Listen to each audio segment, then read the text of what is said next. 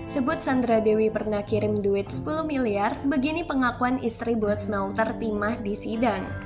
Sandra Dewi, istri terdakwa kasus korupsi Timah Harvey Muiz, disebut pernah mengirimkan uang sebesar 10 miliar kepada Anggreni, istri Direktur Utama PT Refine Bangkatin, Suparta. Fakta soal transfer uang itu disampaikan Anggreni saat dihadirkan sebagai saksi kasus korupsi Timah di Pengadilan Tipikor Jakarta pada hari Rabu, tanggal 9 Oktober 2024. Ia menyebutkan uang masuk itu merupakan pinjaman dari Harvey kepada Suparta untuk keperluan usaha.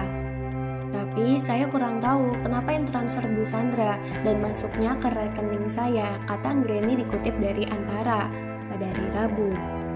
Dirinya pun mengetahui uang tersebut dikirimkan dari rekening Sandra Dewi berdasarkan pemberitahuan yang masuk ke rekeningnya.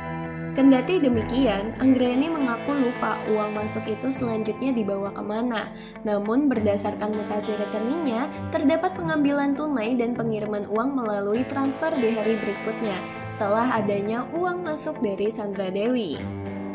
Seingat saya, kalau itu uang titipan, pasti saya akan serahkan pada suami saya. Jadi, ada 2 kali transfer kemudian, ada pengambilan tunai. Jadi semua uang yang masuk sudah saya ambil, ucap dia. Anggreni bersaksi dalam sidang kasus dugaan korupsi dalam pengelolaan tata niaga komoditas timah di wilayah izin usaha pertambangan atau IUP PT Timah Tbk pada tahun 2015 sampai 2022 yang antara lain menyeret perpanjangan PT RBT Harvey Muiz sebagai terdakwa.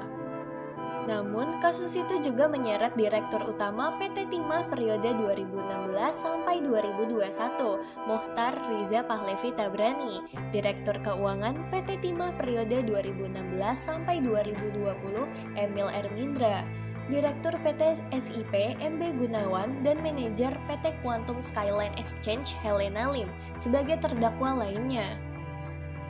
Fakta mengenai aliran uang dari Sandra Dewi tersebut terungkap saat Anggreni bersaksi dalam sidang untuk terdakwa Mukhtar, Emil MB Gunawan, dan Helena. Riza bersama Emil didakwa telah mengakomodasi kegiatan penambangan timah ilegal di wilayah IUP PT Timah, sedangkan MB Gunawan diduga melakukan pembelian biji timah dari pertambangan ilegal di wilayah IUP PT Timah.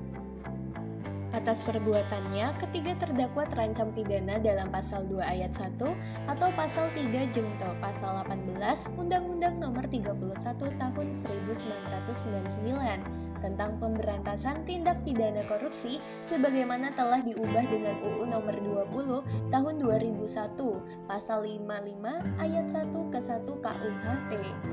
Sementara itu, Helena didakwa membantu terdakwa Harvey Muiz selaku perpanjangan tangan PT RBT untuk menampung uang hasil korupsi timah sebesar 30 juta dolar Amerika Serikat atau setara dengan 420 miliar. Selain membantu penyimpanan uang korupsi, Helena juga didakwa melakukan tindak pidana pencucian uang atas keuntungan pengelolaan dana biaya pengamanan sebesar 900 juta dengan membeli 29 tas mewah, mobil, tanah, hingga rumah untuk menyembunyikan asal-usul uang haram tersebut.